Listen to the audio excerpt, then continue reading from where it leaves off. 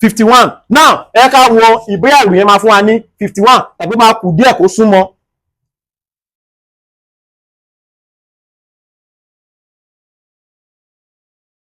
Kí ló fún wa 47 ó súnmọ́. Ṣé ìgbà tó ṣe kí ni ọjà yẹn kí ni ó tà bọ́ kò tà dáadáa. Kí ni ìdí?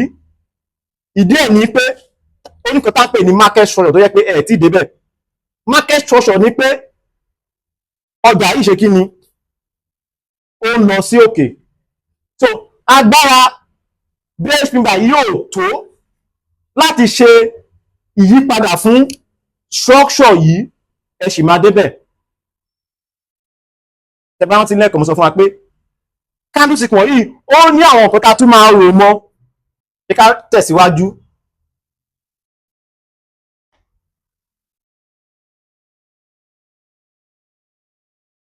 Ẹ sọ fún mi ìyàtọ̀ wà láàrin eléyìí àti eléyìí.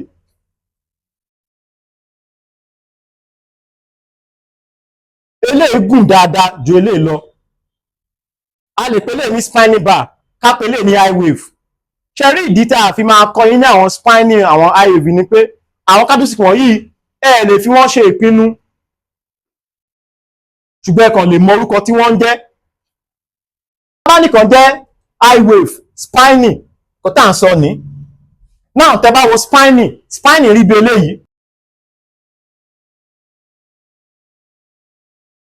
High wave wá rí bí eléyìí.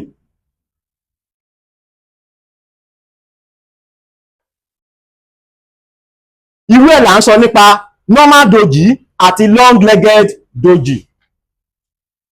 So àwọn candlestick wọ̀nyí wọ́n pọ̀ lóríṣiríṣi, ṣùgbọ́n àwọn eléyìí tó ṣe kókó ni a máa fi kọ́ yín. So kò ní kẹwàá kàn gbogbo ẹ̀ sí orí. Ní gbogbo àwọn candlestick tí à ń sọ yìí, ẹlòmíì eléyìí tó ń trade kò kọjá ẹ̀kan, ìyẹn ni wíwá bí bullish pin bar nìkan ni ó ń trade. Ẹlòmíì doji nìkan ló ń trade, ẹlòmíì dragonfly nìkan ló máa ń lò. Bọ̀ ó dáa kẹ́ ẹ mọ gbogbo ẹ̀. Tó bá dẹ̀ pé ẹ̀ kí ń lò ẹ̀ lè mọ̀kan tí ó ń sọ bóyá owó tẹ́ ti make o, bóyá àsìkò yìí tó láti jáde o, tàbí kẹ́ dáàbò bo owó tẹ́ ti make lọ. Jẹ́ ká tẹ̀síwájú.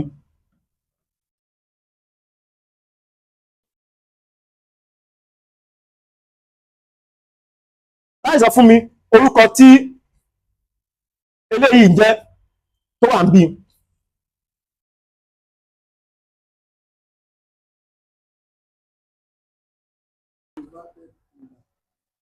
Inverted pin bar, yes. Shooting star, yes. Bearish, yes. Ṣẹ̀rí bẹ́ẹ̀ yẹn. Kí ló ṣe? So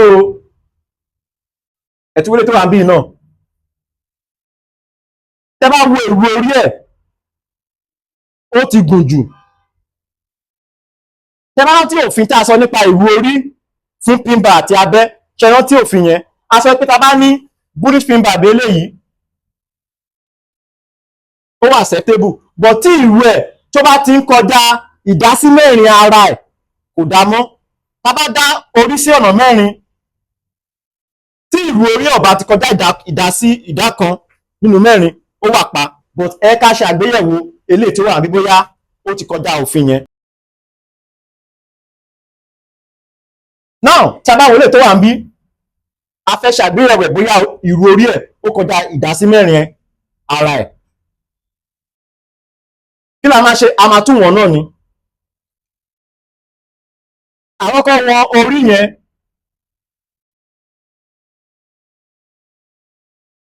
Orí jẹ́ 18. Now ẹ bá mi pín 18 sí ọ̀nà mẹ́rin ní orí calculator yín.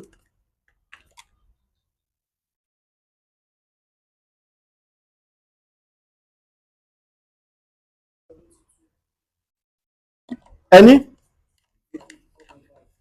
4.5. 4.5, right? Ẹ ká approximate ẹ̀ 5.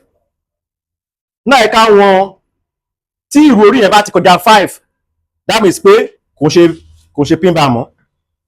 Mo nígbàgbọ́ wípé ẹ nífẹ̀ẹ́ sí fọ́nrán tí ẹ ṣẹ̀ṣẹ̀ wò tán ní ojú àwòrán yín. Láti lè máa rírọ̀ àwọn fọ́nrán bí eléyìí wò sí, ẹ tẹ̀lé wa ní orí YouTube, Facebook, TikTok, Thread, Instagram àti X láti lè wá rí dájú wípé pláfọ́ọ̀mù Chat Empire Trading Academy ni ẹ ti ń wo àwọn fídíò wa. Ẹ lè chat wa ní orí WhatsApp tàbí Telegram +234 90 60 20 1255. Ẹ jọ̀ọ́, a kì í ta AI, a kì í ta bot, a kì í sọ wípé kí àwọn èèyàn mówó wá pé a máa bá wọn ṣe ìdókòwò. Ẹ jọ̀ọ́, àwa kọ́. Fọ́nrán tí ẹ bá ti rí tó di pé ẹ ṣèpinnu, ẹ máa chat wa, ẹ máa pè wá ní orí +234 90 60 20 12 55. Ẹ bá a máa pín àwọn fọ́nrán wa. Tẹ bá ń pín àwọn fọ́nrán wọ̀nyí, àwọn algorithm platform tẹ ti ń wò á bá a máa pín, á bá lè máa tẹ ọ̀pọ̀lọpọ̀ àwọn èèyàn ní ọwọ́ nítorí pé pípín sọ wípé ẹ nífẹ̀ẹ́ sí fọ́nrán tí ẹ ti wò. Bẹ́ẹ̀ náà ni ẹ bá a máa kọ́mẹ́ǹtì ní orí àwọn fídíò wa. Àwọn kan tẹ̀yin bá ṣe àkíyèsí, bóyá àwọn kan tó yẹ ká fi sí ni tàbí àwọn àyọkúrò, ẹ jẹ́ kí a mọ̀. Bẹ́ẹ̀ náà ni ẹ máa fìfẹ́ hàn, ẹ máa láìkì àwọn fọ́nrán wa. Ẹ ṣé.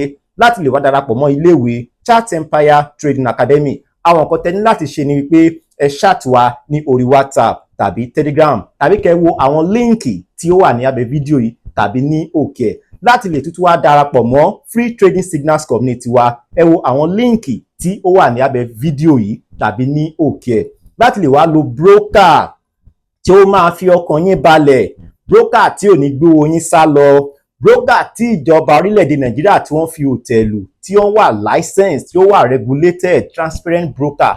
Broker tó jẹ́ pé tẹ bá fẹ́ wọnú ọjà, kíá wọ́n ti gbé yín wọnú ọjà. Tẹ bá tún fẹ́ jáde pẹ̀lú owó yín, pápápá ẹ ti jáde. Bẹ́ẹ̀ ni ẹ lo HFM Market, broker olótìtọ́ ni wọ́n. Bẹ́ẹ̀ ni tẹ bá lo líǹkì HFM Market tí ó wà ní abẹ́ fídíò yìí tàbí ní òkè, ẹ ní àǹfààní sí 100% welcoming deposit bonus offer. Ìyẹn tí wá parí síbẹ̀, ẹ tún ní àǹfààní láti darapọ̀ mọ́ VIP Trading Signals Community wa. Ìyẹn tẹ bá lo HFM broker registration link tí a fi sí abẹ́ fídíò yìí tàbí ní òkè ẹ̀. A máa rí yín o nínú àwọn fọ́nrán wa tí ó ń bọ̀ ní ọ̀nà +234 90 60 20 12 55. Ẹ chat wa ní WhatsApp, Telegram. Ẹ ṣé.